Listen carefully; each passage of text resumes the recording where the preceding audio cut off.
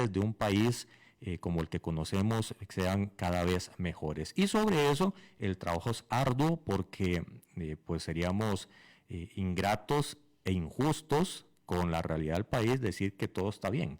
Al contrario, tenemos que hacer muchas mejoras. La mejora continua tiene que ser una constante, conscientemente todos los participantes, tomadores de decisión y la sociedad civil tenemos que apostar por generar siempre una mejor relación cordial social para poder tener pues, las mejoras que se necesitan. Y sobre eso, particularmente esta semana vamos a tener un menú muy importante, martes, miércoles y jueves, 3 áreas muy distintas sobre lo que está pasando de una sociedad tan agresiva, un muchacho que aparentemente mata y va a dejar al surquía a su esposa y después se comporta como si nada hubiera pasado con sus familiares y es el principal pues sospechoso de este femicidio. Y ahora el fin de semana descubierto otro muchacho que pues parece que acaba con la vida de su compañera sentimental y no solo lo hace, sino que pues toma pedazos de cuerpo y lo mete en una refrigeradora. Eso no es normal, no podemos normalizar eso. Vamos a ver el martes con un sociólogo, el miércoles con una persona experta en conducta humana y el jueves con un criminólogo para poder entender qué está pasando con el país, pero eso será estos 3 días que vienen. Hoy el menú de Red Democrática trae a la ex presidenta ejecutiva del Instituto Nacional de Seguros, Mónica Araya, a quien le damos la muy cordial bienvenida a esta, la que por sí ya es su casa, 89.1 FM. Muchísimas gracias, Jonathan. Saludos a toda la audiencia. Para mí es un honor verdaderamente poder estar aquí, que fue mi casa también. Tuve 4 años programa de radio, así que precisamente en este mismo lugar. Muchísimas gracias por la invitación. Gracias a vos, Mónica.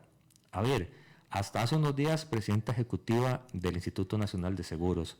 ¿Cómo describís estos 2 años llenos de... Fue como una montaña rusa? De todo hubo para todos los gustos, pero solo una persona estuvo sentada en esa silla y fue usted. ¿Cómo lo describe? ¿Cómo lo vivió?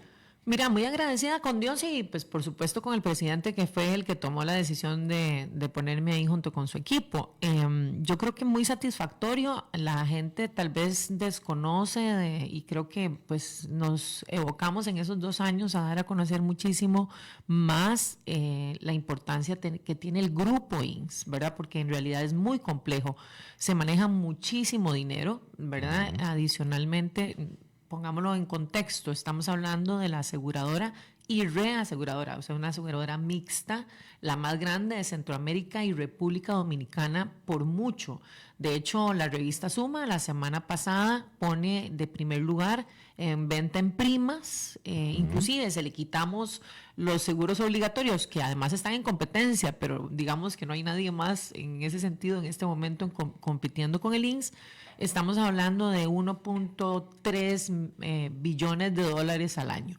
La siguiente aseguradora más cercana en ventas vende 380, 400 millones de dólares, ni siquiera una tercera parte. Entonces estamos hablando de algo muy grande. Sí. Y la responsabilidad es importante. La gran ventaja que tiene el grupo INS es que es muy fuerte financieramente en su historia, ¿verdad? Sus reservas de capital, el manejo financiero es muy estable. Independientemente que estamos en un mercado muy competido y que estamos con 2 empresas adicionales en el mercado que están compitiendo muy agresivamente. Entonces siempre hay retos en algunos de los seguros que tenemos. No podemos comprar una empresa que tiene 200 seguros y que está en todas las áreas con una empresa, por ejemplo, que solo vende automóviles, solo vende seguros de automóviles o solo vende salud, ¿verdad? Hay que hacer una diferenciación y prácticamente enfocarse únicamente en ese seguro en particular para poder compararlas, porque son muy complejas. Mónica, a lo largo de estos 2 años, y así lo decías en el video con el cual te despediste de todo el grupo INS y anunciaste a la sociedad civil que ya no estabas ahí, y fueron múltiples los premios que te otorgaron nacional e internacionalmente, incluso te nombraron la primera mujer presidenta de un organismo iberoamericano, y todo eso refleja un buen trabajo y un buen orquestamiento de lo que pasó. Sí, sí, definitivamente muy agradecida también porque, bueno, como lo dije en el video, y agradecida con los costarricenses. Jonathan, verdaderamente es impresionante. Ayer andaba en un café celebrando el baby shower de mi hija y la gente me paraba y me decía, la felicito por el trabajo que ha hecho. Y uno verdaderamente cuando llega a una posición como esta, pues hace, por lo menos de mi parte, lo mejor posible con lo que se tiene, ¿verdad? Teniendo claro que llego a servirle a los costarricenses y pues con la gran responsabilidad de todavía mejorar lo que ya es bueno de un grupo de empresas tan complejo como el Grupo INS, ¿verdad? Y que además tiene toda una vinculación con el Ejecutivo y el Legislativo, porque todo lo que pasa por Asamblea Legislativa lo consultan al INS también, ¿verdad? Y es que nosotros estamos vinculados, somos un cliente frecuente, entonces estamos muy vinculados a lo político, pero muy vinculados también a la competencia y al seguro, con una responsabilidad social muy grande. Y ahí yo creo que también lo complejo que es el grupo. Tenemos bomberos. ¿Cuál aseguradora en el mundo tiene la administración de los bomberos, verdad? Y tal vez sí, es un órgano desconcentrado, pero depende tanto económicamente como del gobierno corporativo del grupo, ¿verdad? Tiene su independencia operativa en las emergencias, pero los temas, digamos, presupuestarios y temas de rendición de cuentas pasan por un consejo de bomberos donde de esos 5 miembros, 3 son del INS, la presidencia del INS es la presidencia del Benemérito Cuerpo de Bomberos y 2 miembros del consejo son nombrados por los bomberos. Tenemos el Hospital del Trauma, ¿verdad? Que además estamos hablando de que sigo diciendo ¿verdad? Bueno, el INS ha multiplicado los centros de salud y entonces tenemos el Hospital de Trauma aquí en La Uruca, pero también se han construido más de 24 centros de salud en centros regionales. Y se hizo un esfuerzo muy grande en estos 2 años para liberar de la atención médica de muchos pacientes que se estaban enviando por emergencias de automóviles, por ejemplo, de riesgos del trabajo hacia la caja, para que la caja pueda enfocarse en lo que tiene que enfocarse y nosotros concentrarnos, o el INS concentrarse en sus pacientes. Eso fue un proceso difícil y no era fácil. También estamos hablando de que tenemos InServicios, que es la red de back office, toda la parte del call center y de atención inmediata de aquel que llama y pide un reclamo o quiere, por ejemplo, ser atendido para ir al aeropuerto, que es uno de los beneficios que se da por medio del seguro de vehículos. Y también el puesto de bolsa. El INS tiene el puesto de bolsa más grande de Centroamérica, una sociedad de fondos de inversión que además en este momento no deja, ¿verdad?, de desconocerse que las sociedades de fondos de inversión están con sus problemas en el mercado, y bueno, es complejo, ¿verdad? Es un grupo que tiene, además la presidencia del INS es parte del Consejo de Gobierno Ampliado y es parte de la Junta Directiva de la Comisión Nacional de Emergencias. Mónica, de todo este conglomerado que suma el nombre INS, hay hijos que van muy rápido en la autopista y van muy bien, van calibrados, y hay otros que no van tan rápido y que hay que ayudarles más para que vayan más rápido. ¿Cuál es el pilar más fuerte del grupo INS y cuál era el ente o la parte del INS a la cual tenías que darle más atención porque ocupaba más ayuda para ir más rápido? Vamos a ver, yo creo que los retos principales estaban en la casa matriz desde la perspectiva de transformación digital y siempre fue mi tema, ¿verdad?, desde que entramos. Y más allá de que siempre se ha venido manejando bastante bien todo el tema financiero y había que continuar con ese fortalecimiento, yo creo que lo principal que trabajamos, además de la transformación digital, fue el tema de servicio al cliente, que era un tema de personas, ¿verdad? Enfocarse más en el capital humano que tiene el INS, que es muy valioso. Y además de ahí, pues en la administración de los tiempos. Hay mucha regulación en el sector de seguros y específicamente en el INSS por ser una aseguradora del Estado, porque más que la competencia tiene más regulaciones porque todo lo tiene que hacer por oferta pública, ¿verdad? Por la adjudicación por SICOP. La competencia no tiene que hacerlo por ese medio. Entonces tiene limitaciones que son válidas por ser una empresa del Estado, pero además tiene un recurso humano muy valioso al cual pues había que impulsar todavía más para que fueras más hacia el mercado y adicionalmente fuera más eficiente. Y la transformación tecnológica no viene solo por la compra del sistema, sino también con el tema de la eficiencia de los procesos. Pero, digamos, esa es casa matriz. También nos enfocamos mucho en el Hospital del Trauma. Yo creo que es importantísimo y el hospital y la red de servicios de salud, que son los mismos centros de salud del INSS, no son otros centros que se contratan, porque a veces la gente confunde la red de servicios de salud con, digamos, con que nosotros podamos mandar a un paciente, por ejemplo, a la Bíblica, pero en realidad nosotros tenemos nuestra propia red de nuestros centros de salud que son propios del INSS. Esa hay que fortalecerla todavía más y creo que tenemos un potencial muy grande de seguir invirtiendo fuera de la gran área metropolitana y eso lo hicimos. De hecho, el presidente de la República lo informó en el informe, valga la redundancia, del 2 de mayo, donde se inauguraron 2 centros de salud, el de Guadalupe y el de Cartago, ¿verdad? El Hospital de Trauma ha venido dando pues sus cambios porque tenías muchos problemas, auditoría lo estaba pues evidenciando y tenían que mejorarse controles, mejorarse inversión, mejorarse el trabajo, la organización de la institución también. Cuando yo entré ya al Hospital del Trauma venía muy estable en los temas de auditoría y de administración pública. De hecho, es uno de los hospitales más eficientes. Para que tengas una idea, voy a hablar de algo genérico. Cuando un paciente es enviado porque es atropellado por el seguro obligatorio de automóviles, que es el que cubre, que es el marchamo que ustedes conocen, puede, digamos, si está fuera de la gran área metropolitana, si nosotros no tenemos un centro de salud cercano de la red nuestra, el paciente va a ser enviado inmediatamente a la caja de Seguro Social. O inclusive, si es un accidente grave que no llega al hospital de San José, pues entonces tendría que ser a la caja del Seguro Social y la caja nos cobra a nosotros, ¿verdad? Y mensualmente se tenía que estar cancelando esa facturación y se deduce de ese seguro obligatorio de automóviles. Cuando hablamos de eso, estamos diciendo de que efectivamente esos pacientes, el costo, por ejemplo, promedio de una noche en un hospital de la caja es más de 700,000 colones, ¿verdad?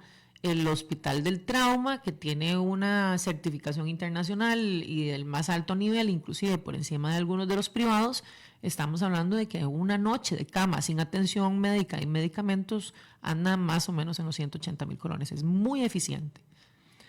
Mónica, cuando estamos hablando del trabajo que hiciste, los reconocimientos y demás, en algún momento, el gobierno cada 15 días tenía una salida. ¿En algún momento se te mencionó la posibilidad como una persona con reconocimiento institucional, con reconocimiento internacional, con incluso respaldo de Casa Presidencial en los consejos de gobierno, en las conferencias de los miércoles donde habitualmente salías ahí? ¿En algún momento se te planteó la idea de reforzar al gobierno en otro ente que no fuera el INSS para aprovechar el bagaje de trabajo que estabas haciendo? Bueno, sí, Jonathan, se me propuso la presidencia de Acueductos y Alcantarillados más o menos como en el primer Consejo de Gobierno de enero, no en el Consejo, sino en una reunión, y mi decisión final fue no irme hacia Acueductos y Alcantarillados. En mi opinión personal, creo que haberme ido para allá era desvestir a alguien que estaba funcionando muy bien, el INSS, para irme a Acueductos y Alcantarillados, y mi ejecutoria no iba a ser la misma. Porque mi experiencia en la parte de ingeniería, conozco mucho de proyectos, pero no conozco tanto de la parte de ingeniería de aguas.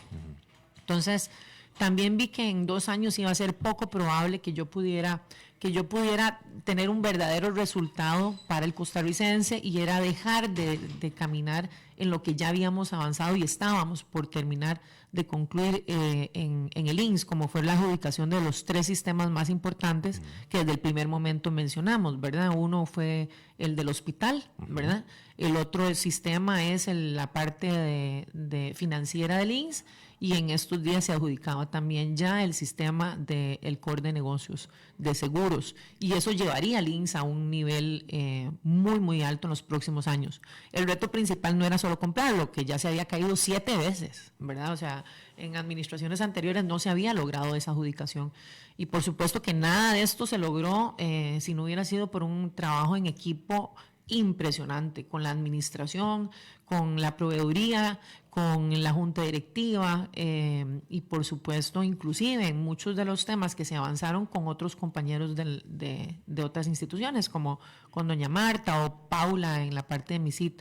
O inclusive sacamos un seguro que fue muy bonito y muy rápido, histórico, que fue el de los policías, ¿verdad? O digamos también con don Víctor, el ministro, sacamos el de riesgos del trabajo para la gente migratoria que no tenía seguro y que pues no queríamos que estuvieran, que tengan que irse a atender a la caja cuando con riesgos del trabajo pueden ser atendidos con nosotros. Entonces fueron, yo creo que resultados muy marcados. Y pues que quedarían al garete si te ibas para la IA. Bueno, no, porque pues yo creo que ahí lo que se buscaba era poner a alguien que pudiera continuar esa gestión, ¿verdad? Y pues, pero en cuestión de una semana poder hacer eso es un poco complicado. Entonces, pero más allá de eso, creo que la decisión correcta era donde mejor puedo servirle al costarricense y al mismo ejecutivo es donde estoy. Pero sin duda alguna se sintió bien que el presidente te considerara para llenar una vacante de una institución que es medular para el país. Yo se lo agradecí a la Cámara de Construcción, porque en realidad fueron los de la Cámara de Construcción que según lo que ellos mismos me comentaron en Expo Construcción, tuvimos el tiempo para conversar un poco, y la Junta Directiva de la Cámara me dice, bueno, es que te recomendamos para que vos pudieras entrar en acueductos y alcantarillados, y yo le dije, no se vale, no sean tan ingratos. Sabíamos que era una tarea muy, muy complicada. Pero esa recomendación tuvo eco en Casa Presidencial, obviamente. Bueno, me parece que sí. A ver, cuando vemos el video, Mónica, del ya post salida, al final hay 2 menciones que vos haces y que hacen reflexionar de si fue eso el punto de más álgido de este año en la gestión tuya, que fue la parte de la adjudicación que era para bomberos y una adjudicación que era para el marchamo digital. Ambas tuvieron que ver una decisión que tuviste que tomar por el bien público, como decís en el video. ¿Fueron estos puntos los más complicados antes de tu salida? Yo creo que el proceso de los 2 años, como lo dije en el video cuando me despedí del INSS, fue un tiempo complicado, ¿verdad? El INSS estaba en el ojo del huracán todo el tiempo, inclusive está para la decisión del aumento de salarios, que es algo muy sencillo, de un 1.7, acordémonos cuando apenas entré, y era la decisión correcta. Nosotros estábamos en competencia, tenemos los recursos, y la Junta Directiva tomó la decisión con los fundamentos legales necesarios para poder incrementar el costo de vida, digamos, o cubrir el costo de vida a cierta cantidad de funcionarios que no lo estaban teniendo. Yo creo que en términos generales las decisiones en un liderazgo como este no siempre va a ser agradable, ¿verdad? No a todo el mundo. Siempre hay gente pues que le gusta los cambios que estamos haciendo, especialmente cuando estás en el tema de la mira de la administración de fondos públicos, y especialmente si quieres trabajar verdaderamente para los costarricenses. Entonces, de ahí eso incomoda. Hay licitaciones que son muy grandes. Y de ahí la de Marchamo Digital, de hecho, fue muy controversial, ¿verdad? Gracias a Dios logramos caminar bien y lo hicimos muy éticamente, siempre diciendo qué estábamos haciendo, cuándo lo estábamos haciendo, y bueno, gracias a eso también la sala nos dio el voto positivo de manera unánime, pero sí fueron temas controversiales, especialmente los temas que tenían que ver con los controles, por ejemplo, en las licitaciones, y también, por ejemplo, el tema de bomberos. Definitivamente ese fue, y yo creo que algo que marcó mi presidencia. De hecho, desde el puro principio, o sea, yo creí y creo fielmente en el mandato que don Rodrigo dijo de que hay que ir en contra de la corrupción, hay que ir en tema de la transparencia. Y hacer cambios importantes en ese sentido. Y ¿Costó caminar en el tema de la transparencia con bomberos? Sí, bueno, vamos a ver, tal vez no desde la perspectiva del Consejo. Desde la perspectiva del Consejo tuve el 100% del apoyo de los compañeros, ¿verdad? Creo que hubo cambios importantes después de que se nombraron los nuevos directores actuales, pero siempre creo que fue importante el apoyo del resto de mi junta directiva de Casa Matriz, que además eran 2 miembros que estaban con nosotros en el consejo directivo, porque era la misma línea que estábamos siguiendo desde Casa Matriz. Todo se informaba. Y bueno, la ventaja que tenía Bomberos en particular es que las sesiones son públicas. Entonces, solo se va a privado cuando ya son temas de investigación. Uno de los temas, Jonathan, que me siento muy orgullosa, y lo dije en el video de mi despedida del grupo, fue haber creado un canal de denuncias públicas, ¿verdad? Porque a nivel de grupo, las denuncias llegaban de temas laborales, de temas de acoso, de temas de fondos públicos, llegaban a cada administración. Y lamentablemente la información que teníamos, que no sabíamos si era cierta o no, ¿verdad? Era que muchas de esas denuncias que se presentaban en temas de manejo de fondos públicos o temas laborales, en algunos casos se engavetaban, ¿verdad? Entonces, la gestión fue crear un canal aprovechando la estructura corporativa, un canal de denuncias público que estuviera en las páginas web. Que diera seguimiento, pero que no estuviera escrito a la administración de ninguna de las oficinas, ni presidencia, ni de ninguno de nosotros. Que fuera absolutamente escrita las líneas de defensa que dependen de la junta directiva del INS. Y esa tenía una ventaja, que es la línea de defensa que le llamamos cumplimiento normativo. Sí. Y entonces se contrataron 2 abogados para que estuvieran tiempo completo recibiendo esas denuncias y canalizándolos al seguimiento de que si se estaba gestando una investigación, si se tenía que presentar a una junta directiva, si se tenía que presentar. Y eso, pues obviamente dio un incremento importante y confianza en los denunciantes. Y ese canal de denuncias tenía una gran ventaja. No era solo para lo interno, era también para lo externo. Y entonces tuvimos denuncias de temas de servicio al cliente, temas de manejo de fondos públicos. De hecho, tuvimos un caso que fue muy, muy público, ¿verdad? No sé si se recuerdan los costarricenses, que en una sucursal estábamos teniendo temas de posible fraude con fondos de riesgos del trabajo. Y eso fue gracias al canal, ¿verdad? Y el incremento más grande de las denuncias que teníamos, no solo en este año, sino en el año pasado, fue en bomberos. Ese es el punto. Entonces, esa línea, totalmente de acuerdo que fue un éxito porque permitía la independencia y la capacidad de recibir bien una denuncia. Pero si la mayor cantidad de denuncias venía del INS, desde el primer momento en que entraste a la presidencia, empezó a sonar siempre el eco y el eco y el eco del INS. ¿Qué fue lo que pasó en esa institución? ¿Qué es lo que pasaba dentro del instituto de los bomberos que hacía tan complicado el acomodar y caminar en la transparencia? Era tan permeado la corrupción en la institución de los bomberos, hablo ya claro, que costó tanto. Yo quiero decirte algo que creo fielmente. Yo creo que los bomberos son extraordinarios. O sea, no podemos hablar de bomberos por un nicho pequeño de personas, ¿verdad? Lamentablemente, pues esto hace que la imagen de bomberos se vea afectada, definitivamente. Y no solo afecta a bomberos, puede haber afectado al INS, ¿verdad? Porque además es un grupo. Es el prestigio del grupo. Es el prestigio del grupo. Y eso es importante que la gente lo conozca.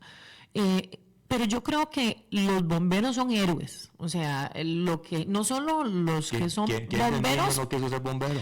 Bomberos permanentes y los bomberos voluntarios, Claro. ni se diga, o sea, tienen una pasión por salvar la gente. Y realmente yo quiero manifestar mi orgullo de haber podido ser la primera mujer presidente del Consejo Directivo de Bomberos y poder dentro de alguna manera haber puesto un granito de arena para que tuvieran los recursos, inclusive los equipos necesarios y pues los últimos días antes de mi salida, gestionar que verdaderamente se les haga un incremento de salario porque lo merecen y lo necesitan. ¿Dónde estaba el ¿verdad? problema? Pero yo creo que sí, efectivamente, había que trabajar muy fuertemente los temas de transparencia y de controles con relación a la parte de las licitaciones y inclusive tengo entendido que últimamente ha habido una labor muy importante de la Contraloría General de la República con relación, por supuesto, de lo que son el tema de los nombramientos, ¿verdad? No lo decíamos solo nosotros, sino lo hacían por medio de la Asociación Solidarista. Eso se hizo un trabajo importante por parte del Consejo y de acuerdo a la ley pasamos el recurso humano de que fueras casi contratado en su mayoría por la Asociación Solidarista, tercerizado, a que pasara a la planilla de bomberos. Que es lo jurídicamente seguro. Que es lo correcto, ¿verdad? Y por el otro lado, pues también la Contraloría General de la República ha venido trabajando en el tema de el uso de la fundación y la relación entre bomberos y la fundación del Benemérito Cuerpo de Bomberos. El asunto era la administración de los bomberos. El tema era administración, sí, efectivamente. Y el punto que mencionas en el video de la licitación no adjudicada por interés público, ¿qué fue lo que pasó? Bueno, en ese sentido, eso fue público, ¿verdad? Sí. Definitivamente lo pueden ver en los videos. Nosotros tuvimos varias denuncias externas con relación a posible que ese cartel estuviera hecho a la medida, posiblemente. Y adicionalmente, pues, el hecho de que solo una empresa había participado. Ese cartel no duró 3 meses prácticamente en que se diseñó, se presentó y prácticamente se estaba adjudicando. Nunca he visto algo tan rápido. 3 a 4 meses, fue algo así. Cuando nos llegó al Consejo, pues nos sorprendió muchísimo. Y pues también no voy a dejar de mentir que en nuestras preguntas que están ahí públicas de los diferentes miembros del Consejo, en la primera vez la información no estaba completa. Por ejemplo, la ley menciona de que debe de estar certificado que el presupuesto de la compra debe estar en el presupuesto aprobado por la Contraloría, ¿verdad? Y que debe haber sido así aprobado. Y entonces, bueno, tuvimos que hacer varias sesiones para que eso se lograra obtener. Pero adicionalmente, en las preguntas principales que tuvimos un análisis de parte del director jurídico del INS, precisamente era que en los últimos años siempre había sido la misma empresa la que había sido adjudicada, ¿verdad? Y nuestra gran pregunta es si esa empresa había cumplido en los periodos anteriores con el contrato. Este contrato se hacía 12 meses para 15 máquinas extintoras y resulta que en el SICOP, que es público, habían habido ampliaciones hasta de 240 días. Y si hay otras empresas que pueden participar, pero aparentemente, que con los 12 meses no se cumple, ¿verdad? Y la otra, pues, gran duda que existía era que aparentemente en la licitación el NFPA no se cumplía en todo el cartel, sino en algunos de los aspectos de las máquinas. ¿Esa nomenclatura qué es? NFPA es el Código Internacional para lo que significa incendios, para la implementación de incendios. Cuando vemos este caso específico, lo que estás diciendo, Mónica, que como bien lo dices, es público en sesiones de junta y lo demás ya puesto en medios. Y si vemos la línea con la cual se te encomendó abordar el INS, que era quitar cualquier cosa que fuera o bien pareciera malo, estabas haciendo tu trabajo. Así es. El otro tema que tocas en el video es el tema de marchamo digital. El marchamo digital, corre la misma figura de rechazo. Por interés público se rechaza la licitación. En este otro, ¿por qué fue que pasó? ¿Qué fue lo que pasó para poder rechazarla y no aceptarla siendo un hijo mío? Tuyo. Sí, dolió mucho. Verdaderamente fue un dolor importante porque creo que si hubiéramos podido quedarnos con la adjudicación de diciembre, que fue la empresa PCNology, y no por la empresa, vuelvo a decirlo, sino porque habían dos empresas que entraron según lo que el proceso de Contraloría, tanto PCNology como IPAS entraron a que cumplieron toda la parte normativa, toda la parte legal y toda la parte financiera. Las dos empresas cumplen con todos los requisitos de Contraloría, tanto que así lo dice la Contraloría General de la República. En diciembre nosotros adjudicamos a la empresa más barata, ¿verdad? Más económica. Que en igualdad de condiciones ese es un tema para desempate. Exactamente. En igual de condiciones, digamos, de cumplimiento, revisado en todos los aspectos, nosotros tenemos que adjudicar a la más barata, especialmente porque eso afectaba al costarricense. En el periodo anterior nosotros habíamos intentado, si hubiéramos podido implementar el marchamo, liberar las reservas de seguro obligatorio de automóviles para que no tuviera que el costo pagarlo el costarricense, pero ya esa posibilidad no existía. Entonces el costo del marchamo lo iba a tener, y en este caso el usuario, ¿verdad? Trasladado a través de la tarifa. ¿A qué me refiero con eso? Que cuando nosotros vemos el concurso de ambas en diciembre, ¿verdad? Y todavía hace semanas atrás, aunque ya la otra empresa estaba fuera del proceso de adjudicación, porque así nos lo avisa la Contraloría en marzo, si no me equivoco, donde nos devuelve de nuevo a adjudicar, nos deja con una sola empresa, ¿verdad? Ahora, volviendo a los precios, estábamos hablando de que entre las dos empresas era más o menos, dependiendo del tipo de cambio, una diferencia casi $1.800.000, ¿verdad? Era bastante. Aunque los montos son pequeños, ¿verdad? Digamos, porque ahí son $2-3, digamos, por persona, pero ya en el erario público, $1.800.000 es mucho dinero. La otra gran diferencia que me parece que no era menor, y es que en el proceso de la licitación tenemos que hacer modificaciones para el tema de las motos, por los mismos oferentes. Recordemos que tuvimos 9 ofertas de 8 empresas. Nos dicen que para las motocicletas no hay etiquetas de 10 años. El sistema, el mundo de esas mismas etiquetas solo se pueden generar cada 3 años. ¿Por qué? Porque están a la intemperie. No es como las de los automóviles que están detrás del vidrio. Entonces, las de las motocicletas son más pequeñas y no tienen diseño. Deberían de ser más baratas. Y especialmente que tenemos que tomar en consideración que cada 3 años tienen que cambiarse, ¿verdad? Si usted cobra el mismo precio de automóviles que motocicletas, pero además le incorpora la ciclicidad de cada 3 años, la afectación a los motociclistas era más del doble, ¿verdad?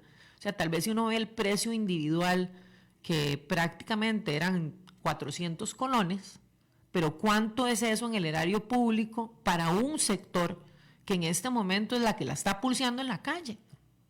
¿Verdad? O sea, nosotros en este momento los motociclistas son la clase media, la clase baja, la que efectivamente está trabajando para poder llevar ¿verdad? Lo del restaurante, la mensajería, muchísimas cosas, y no es una población menor, es importante. ¿Cuál fue el punto específico por la que negaste esa licitación?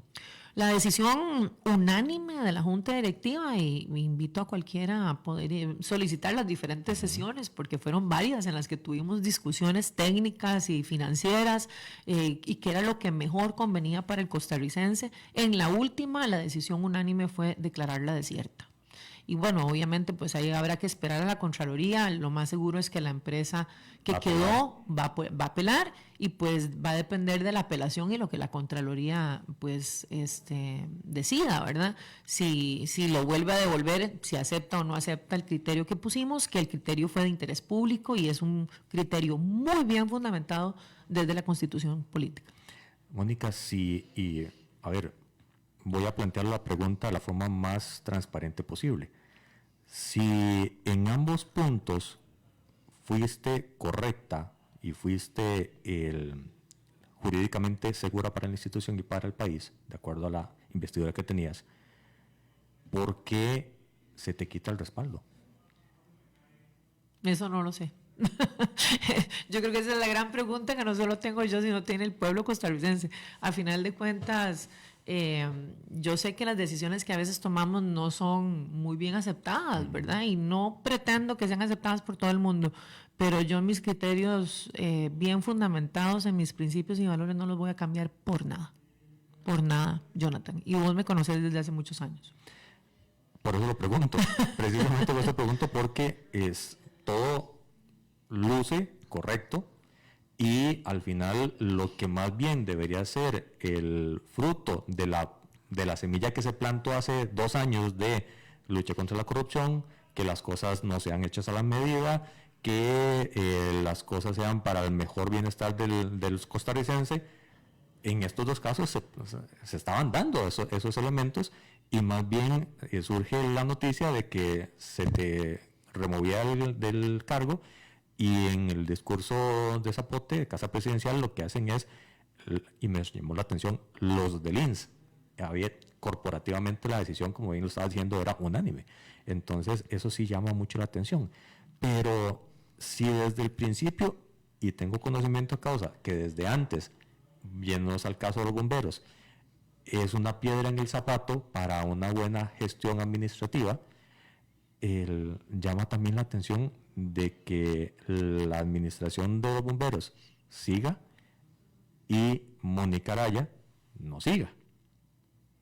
Llama la atención, ¿no? Yo creo que eso es un poco lo que los costarricenses que me han escrito en redes sociales, me paran en la calle, me dicen, ¿verdad?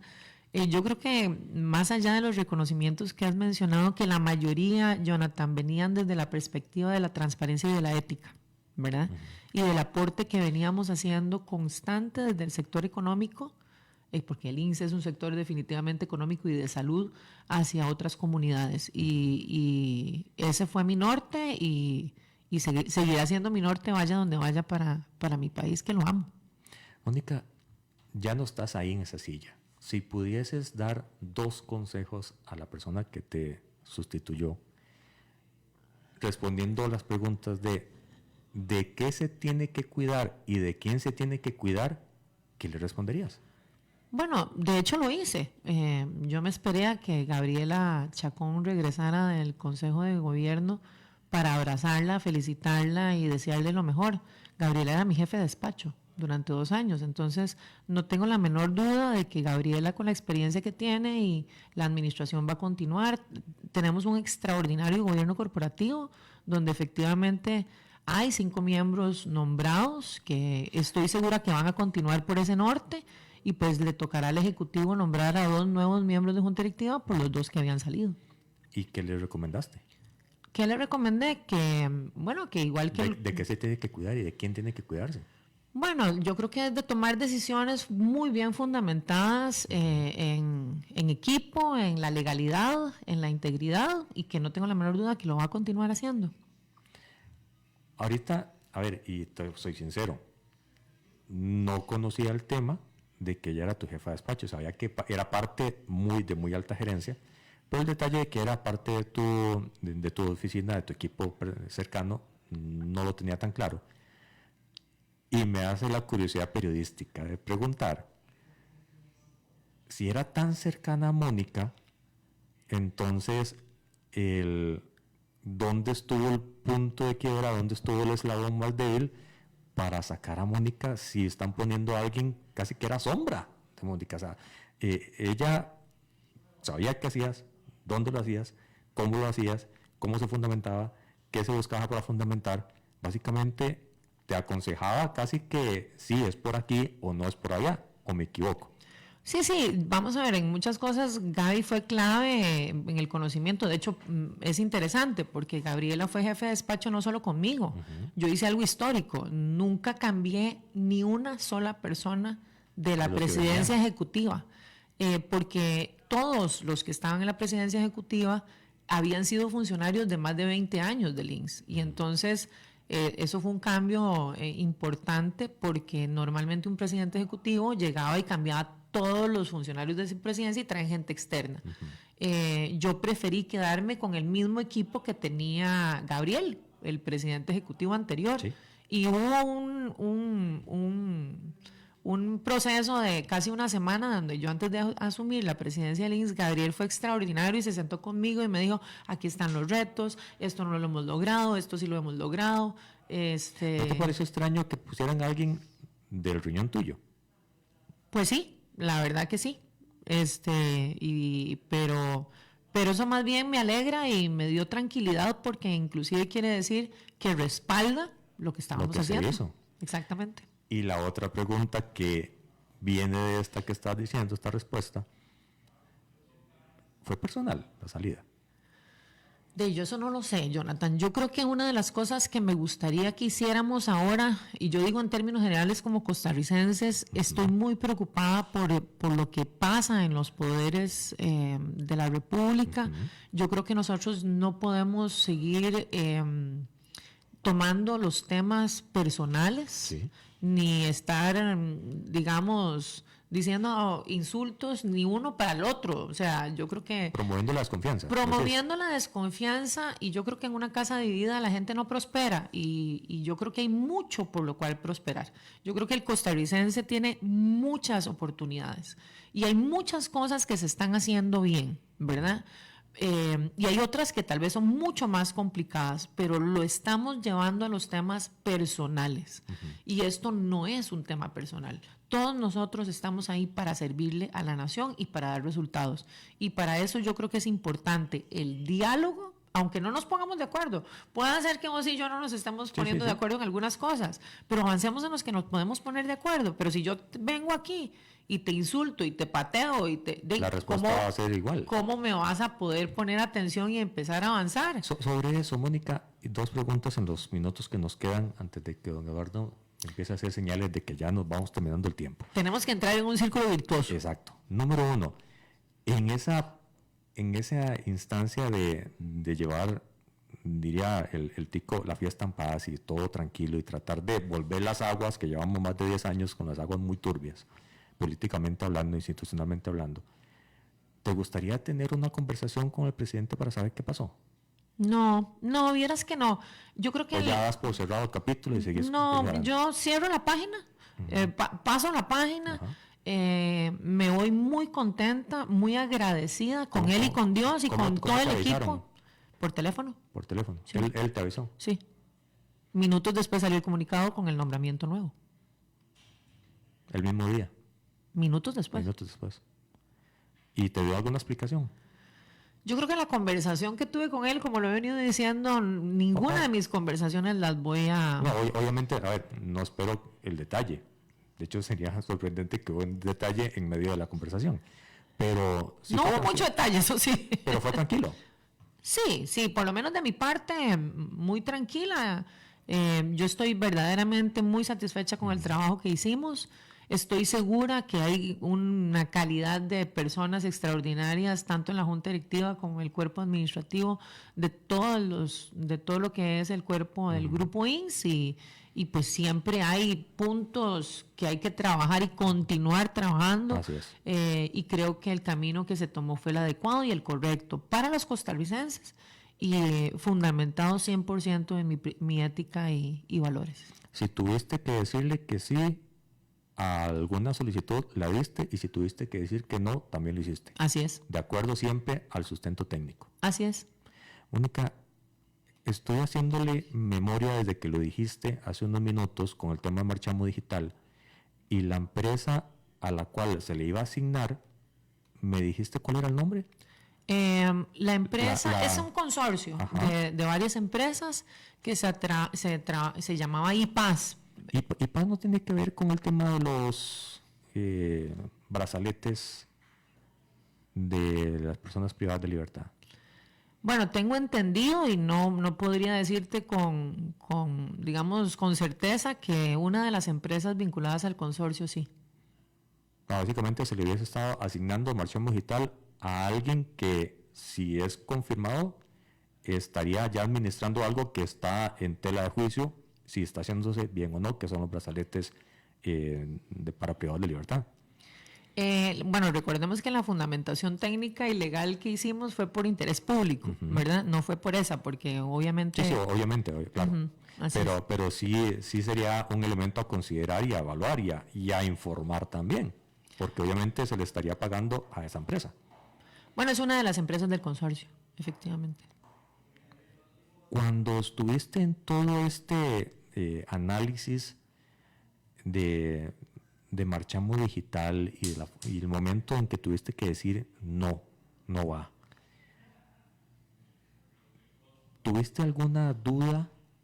¿Buscaste alguna forma de que Marchamo Digital pudiese avanzar a pesar de? No, me dolió. No lo voy a negar, me dolió que no, tal vez el momento en que más me dolió fue cuando vino la respuesta a la Contraloría y tuve que salir públicamente a decir, bueno, vamos de vuelta, ¿verdad? Porque sabíamos que fue la decisión correcta la de diciembre y pues no concordábamos con el argumento técnico que dio la Contraloría, por lo cual no se pudo adjudicar a la primera, que fue la más barata, pero respetuosos completamente del criterio de la Contraloría, teníamos que hacer lo que teníamos que hacer.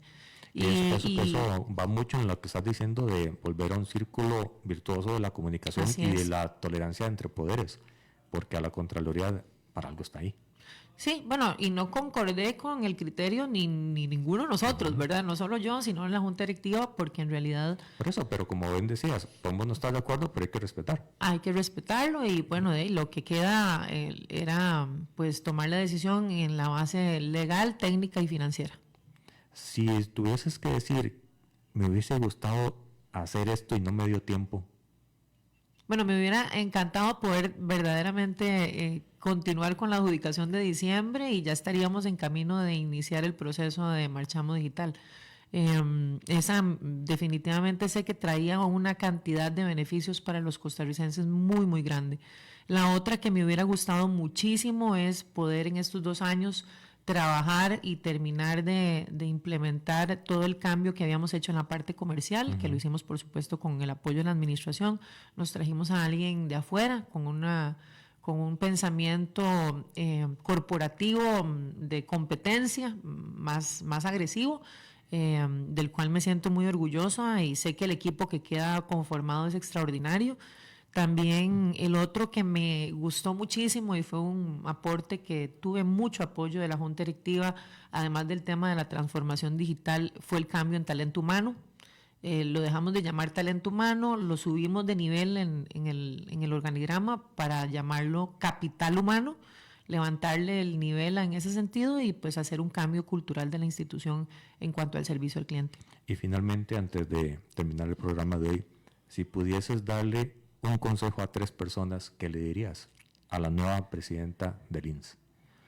Bueno, yo creo que felicitarla, decirle que tiene un gran equipo a su alrededor. Pero como consejo. Como consejo, lo más importante en un puesto siempre es poder dormir tranquilo de que hizo lo correcto. Al director de bomberos. Al director de bomberos, bueno, don Héctor, yo no tengo nada en contra de él, creo que es una persona que requiere un cambio en la organización, es necesario por el bien de los mismos bomberos, más allá de los resultados que vayan a dar de todas las investigaciones que se den a la Fiscalía. Yo creo en la transparencia e inclusive en lo que pueden hacer el sistema judicial en este país, y ahí lo veremos más adelante si lo que se dice es cierto o no. Al presidente de la República. Le deseo lo mejor. Yo creo que a don Rodrigo muy agradecida por la oportunidad que me dio en estos 2 años y definitivamente... ¿Qué consejo le darías? Tal vez el consejo es que iniciemos un proceso que sé que no es fácil, ¿verdad? Donde podemos negociar y conversar más con los diferentes poderes de la República, inclusive a don Rodrigo Arias y a la misma Contralora. Dejemos las heridas atrás y lo que ha pasado atrás, pasemos la página y empecemos a construir a favor del país. Mónica, muchísimas gracias. Yo sé que estos días post salida ha sido bastante intenso, no solo en lo institucional, sino en lo familiar. Estás pronto a ensanchar la familia. y eso es bastante importante. Y gracias por la entrevista. Para mí, Jonathan, muchas gracias a los costarricenses de nuevo, y muy agradecida con Dios porque Dios tiene los tiempos perfectos. Y bueno, voy a dedicarme un tiempo al nacimiento de mis 2 nuevas nietas. Bueno, nada poca cosa, es muy importante. Así es. Muchísimas gracias. Gracias. Y gracias a todos los que han estado en sintonía del 89.1. En pocos minutos el programa va a estar siendo colocado en el canal de YouTube. Mañana empezamos la serie de por qué Costa Rica está tan violenta a nivel social, qué tenemos que hacer en la familia. No se lo pierdan, 89.1, 10 de la mañana.